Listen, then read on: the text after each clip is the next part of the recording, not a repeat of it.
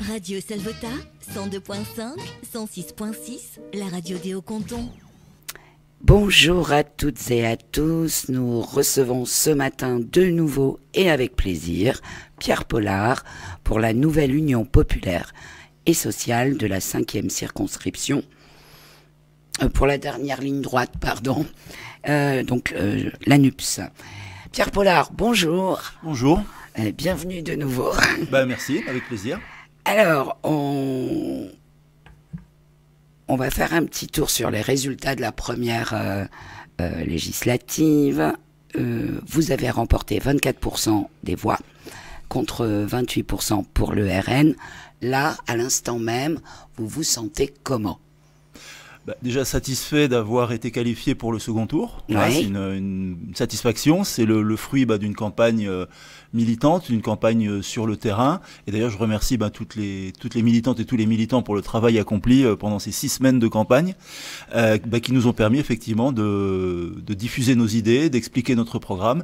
Et puis le résultat est au rendez-vous puisque on a été qualifié alors qu'on avait quand même un député sortant En Marche, un candidat donc soutenu par la majorité départementale et régionale. Ouais. Et donc c'est une bonne chose d'avoir pu se qualifier. Alors effectivement, on regrette d'être derrière le Rassemblement national.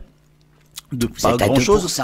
Voilà. Ça représente combien de voix ? 1800, un peu plus de 1800 voix. Voilà. Okay. Bon, donc effectivement, il y a ce retard à rattraper, mais c'est pour ça que depuis lundi, on est sur le terrain pour continuer à convaincre et à mobiliser. Logiquement, Carole Delga appelle à ne pas voter le Rassemblement national, donc voter NUPS. Alors, Carole Delga a appelé effectivement explicitement à voter pour la nouvelle Union populaire écologique et sociale. Ouais. Excusez-moi, je dis le nom en entier parce que oui, mais allez-y. J'aime pas les abréviations. Donc okay. Carole Delga a appelé effectivement explicitement à voter pour nous dans tous les cas. Donc on l'en remercie. Il y a également eu un appel du maire d'Olargues, Jean Arcas, très clair, que je remercie également, du maire de Puy-Serrier aussi. Donc je pense que ceux qui ont voté pour les candidats qu'on appelait dissidents PS peuvent largement se retrouver sur les valeurs de gauche qu'on porte. Donc je pense qu'effectivement on va pouvoir compter sur eux et on va aussi pouvoir évidemment compter sur ceux qui ont voté pour nous au premier tour. Ouais, bien entendu. Est-ce que Kléber Mesquida s'est positionné ou pas ? Alors Kléber Mesquida a indiqué dans une interview dans Midi Libre qu'il ne fallait pas donner une voix à l'extrême droite. Donc voter Nouvelle Union... Nouvelle Union populaire, écologique et sociale. Merci, je vais y arriver. C'est compliqué ce matin. Je suis désolée. Non, pas de souci. Bon, alors, hier, afin de vous recevoir et un petit peu différemment, je me suis permise de joindre Laurie Baron, à qui j'ai demandé de dresser un petit portrait de Pierre Pollard. Voilà. Donc, elle m'écrit, et je vais vous lire... pas son roman, mais c'est quelques lignes. Alors, Pierre Pollard est notre candidat sur la 5e circonscription de l'Hérault pour ces élections législatives sous la bannière NUPES ou NUPS. Ce n'est pas une simple bannière. Pierre est un homme de conviction, d'une grande sincérité. Je l'ai connu sur des sujets politiques, dans une volonté de faire grandir les idées de justice sociale, d'enjeux écologiques et sur la défense des services publics, qui me tiennent particulièrement à cœur. De Laurie, pardon. Il y a 1 an et demi, nous avons travaillé ensemble et sommes devenus des amis. D'abord, c'est un homme posé, réfléchi, intelligent et qui travaille beaucoup. Un perfectionniste, exigeant et efficace. Exigeant, vous êtes exigeant envers vous-même, du coup envers vos amis aussi. Avant tout envers moi. Effectivement, par ricochet avec ceux avec qui je travaille. Mais je dirais c'est pour la bonne cause. Ouais. Il a une mémoire phénoménale. Il m'impressionne, dit-elle. Moi, j'aurais aimé que vous ayez un petit peu moins de mémoire, compte tenu de notre première rencontre. Mais bon. Mais elle peut être sélective aussi.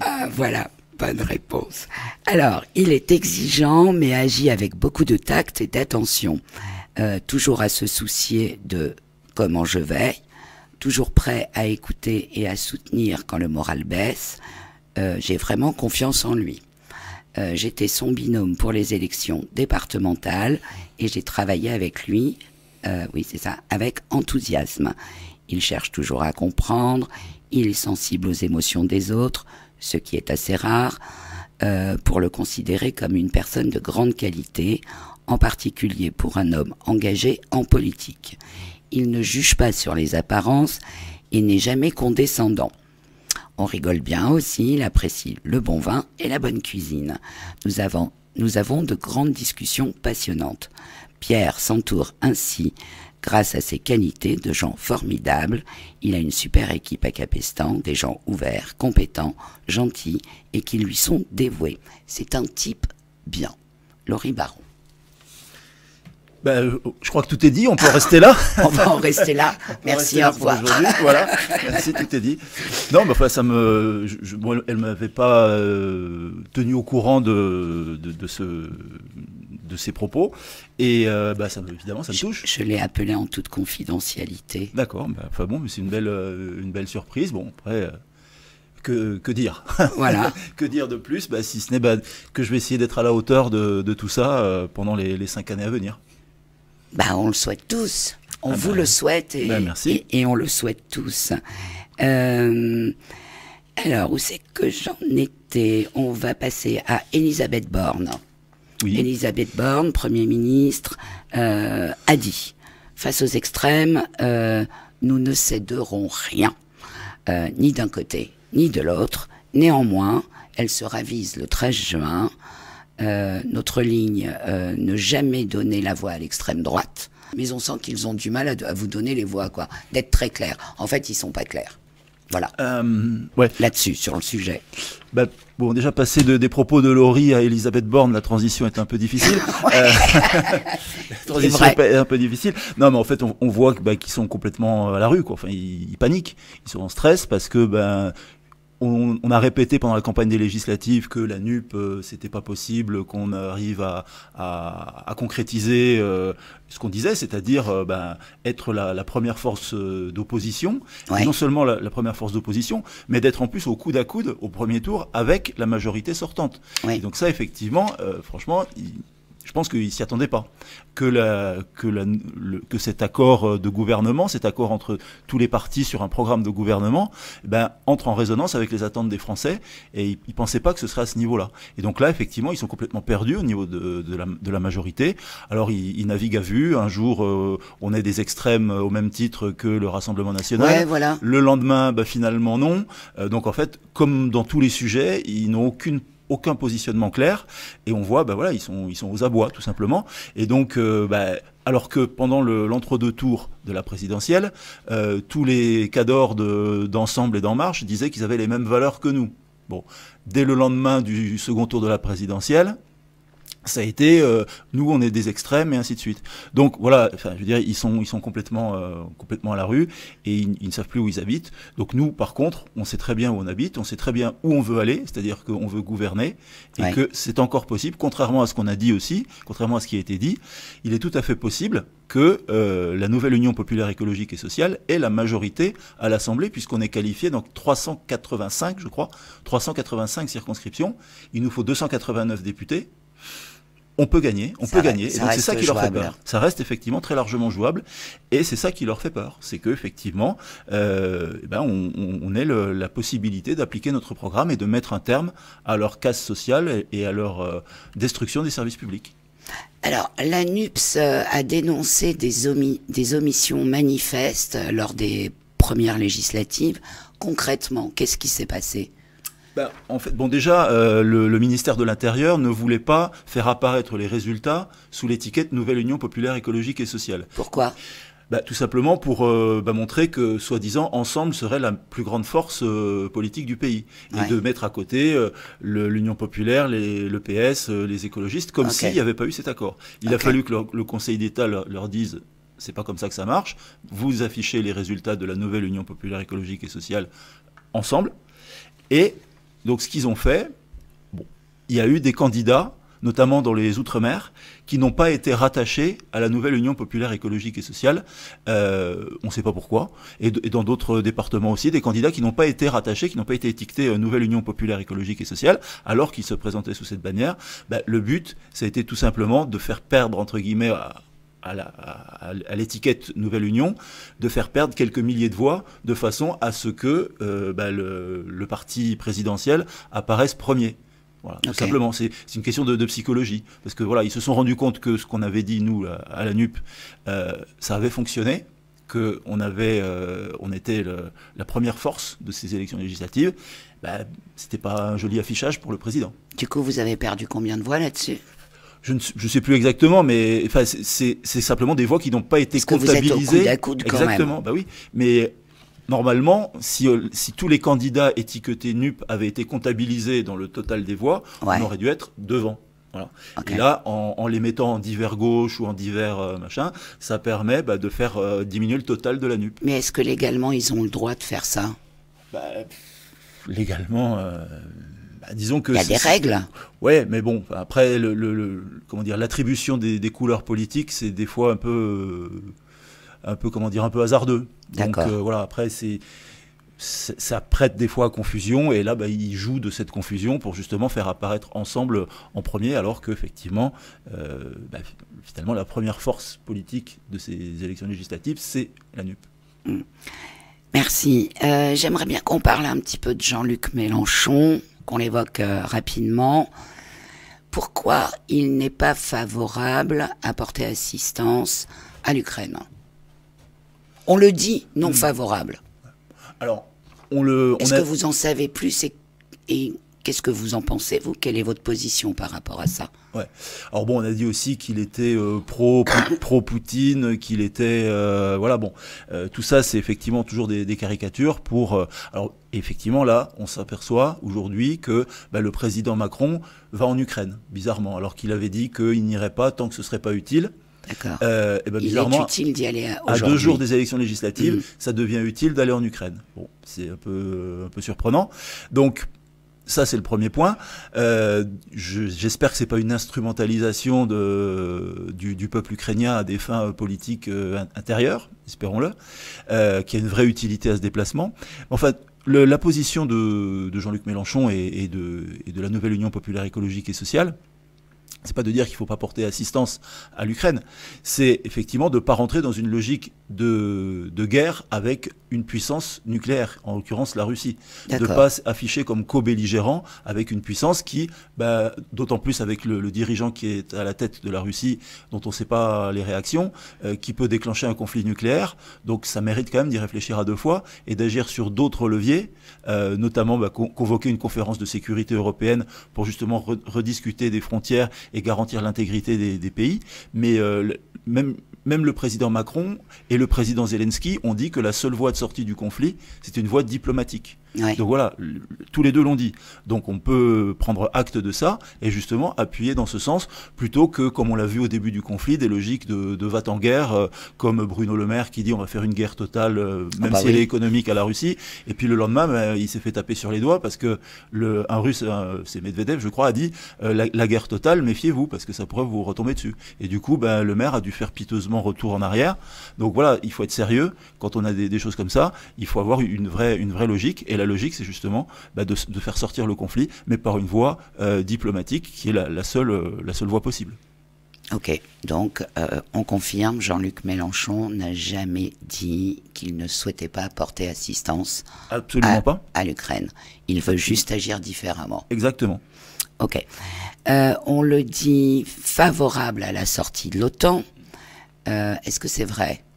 Alors là aussi, ça fait partie des caricatures qu'on entend régulièrement sur les positions de Jean-Luc Mélenchon et de la nouvelle Union populaire écologique et sociale. L'idée, c'est pas de sortir de l'OTAN, c'est de sortir du commandement intégré de l'OTAN. Ça veut dire quoi concrètement ? Le commandement intégré de l'OTAN, c'est l'organe dirigeant qui fait que on est systématiquement aligné sur les positions des États-Unis. dans ce fonctionnement, puisque c'est le pays le plus puissant de l'OTAN. Et donc, en étant dans le commandement intégré, on est quelque part toujours associé et inféodé quelque part aux positions des États-Unis. Et il faut savoir que les positions des États-Unis, elles servent avant tout à défendre les intérêts des États-Unis, qui ne sont pas toujours alignés avec les nôtres. Et donc, c'est pour ça, c'est une logique non pas de neutralité ou de faiblesse, c'est une position de non-alignement. C'est-à-dire de toujours préserver, d'une part, la paix, évidemment, mais aussi les intérêts de la France, qui ne sont pas toujours alignés avec ceux des autres pays. On veut effectivement une souveraineté de la France. Et par exemple, puisque... En général, ça voudrait dire quoi? Ça veut dire on en sort ou ça veut dire qu'on renégocie les accords? Non, on reste dans l'OTAN, mais on sort du commandement intégré. C'est d'ailleurs ce qu'avait fait le général de Gaulle. Voilà. Et on ne peut pas le taxer d'être, de pas avoir été attaché à la souveraineté de la France. Ce qui veut dire qu'en cas de guerre, est-ce que les États-Unis nous porteraient secours ou pas? Bien sûr. Ouais. Bien sûr. Mais, je veux dire, c'est en cas de guerre, déjà en cas de guerre contre qui? Bon, j'en sais rien. Voilà, donc ça c'est déjà quand même le premier point. En cas de guerre contre qui? Mais de toute façon, les États-Unis ont tout intérêt à préserver, ne serait-ce que pour leurs intérêts économiques, à préserver un minimum de stabilité dans le monde. Voilà, mais pour autant, on n'a pas forcément intérêt à être toujours aligné sur les intérêts des États-Unis, même si ce sont des partenaires et qu'ils ont évidemment une position importante. Merci. Parfois, Jean-Luc Mélenchon est quelque peu emporté par sa passion et manque un peu de diplomatie, allons-nous dire. En discutant avec certaines personnes, et dans le village et par ailleurs, on s'aperçoit qu'il peut faire peur au détriment du programme que vous proposez. Est-ce qu'il en a conscience? Même si, logiquement, on est censé voter pour un programme et pas pour une personne. Est-ce qu'il en a conscience? Est-ce qu'il y travaille?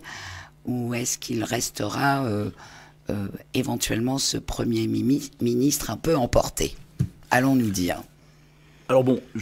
Déjà, je peux vous dire, je suis pas un intime de Jean-Luc Mélenchon, donc je peux pas vous Moi non répondre. Plus, mais on le voit. Voilà, donc sur la façon qu'il a de travailler sur lui, si jamais il en a besoin.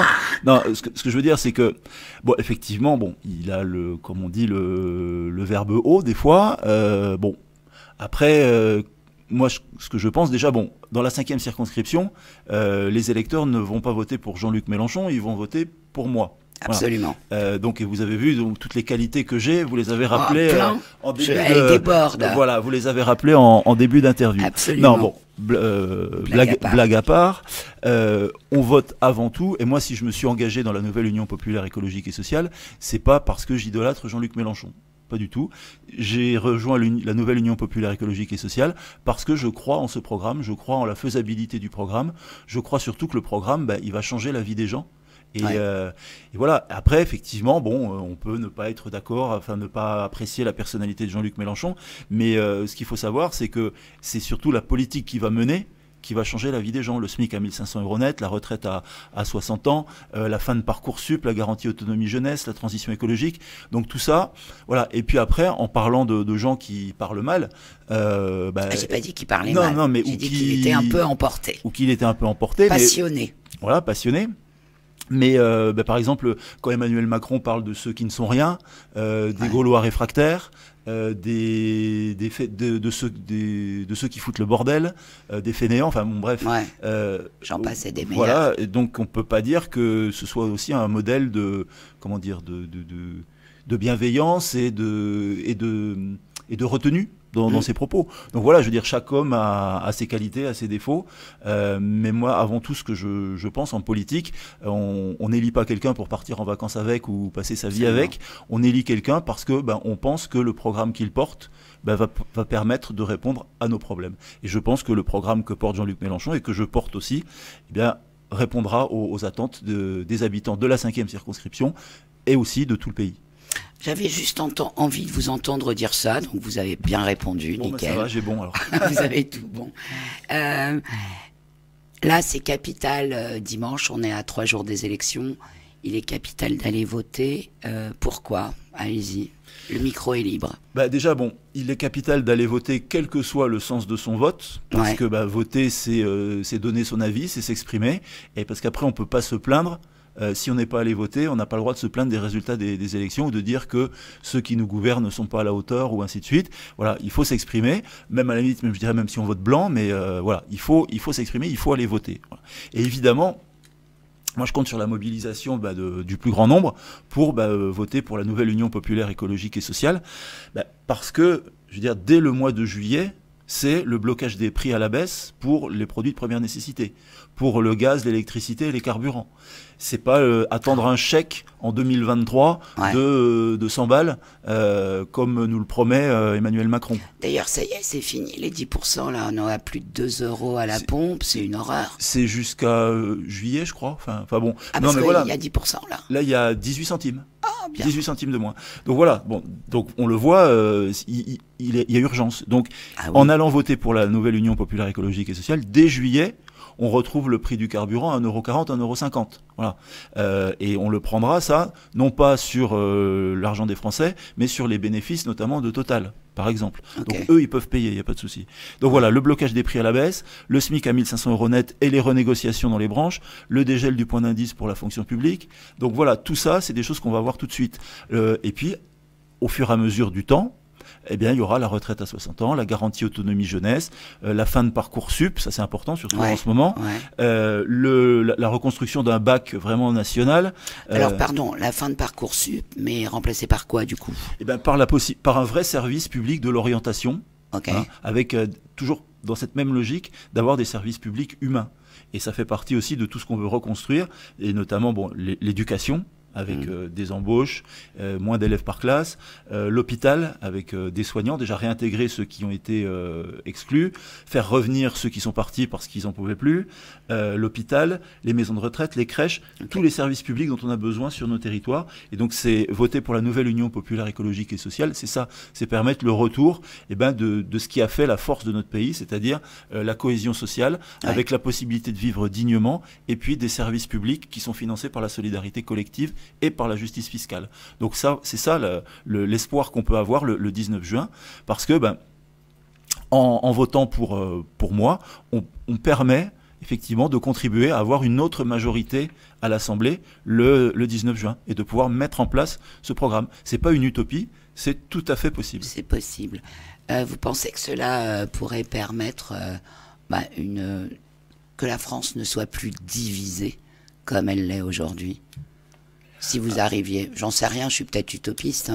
C'est sûr que si Emmanuel Macron a sa majorité, parce que il ne faut pas parler du Rassemblement National, le Rassemblement National ne veut pas gouverner. Le Rassemblement National, c'est des spectateurs, donc eux, on les laisse regarder, nous, on veut agir. Donc si c'est Emmanuel Macron qui a la majorité, dès septembre, c'est la retraite à 65 ans. Donc, ce qui veut dire des millions de gens dans la rue, ce qui veut dire encore le chaos.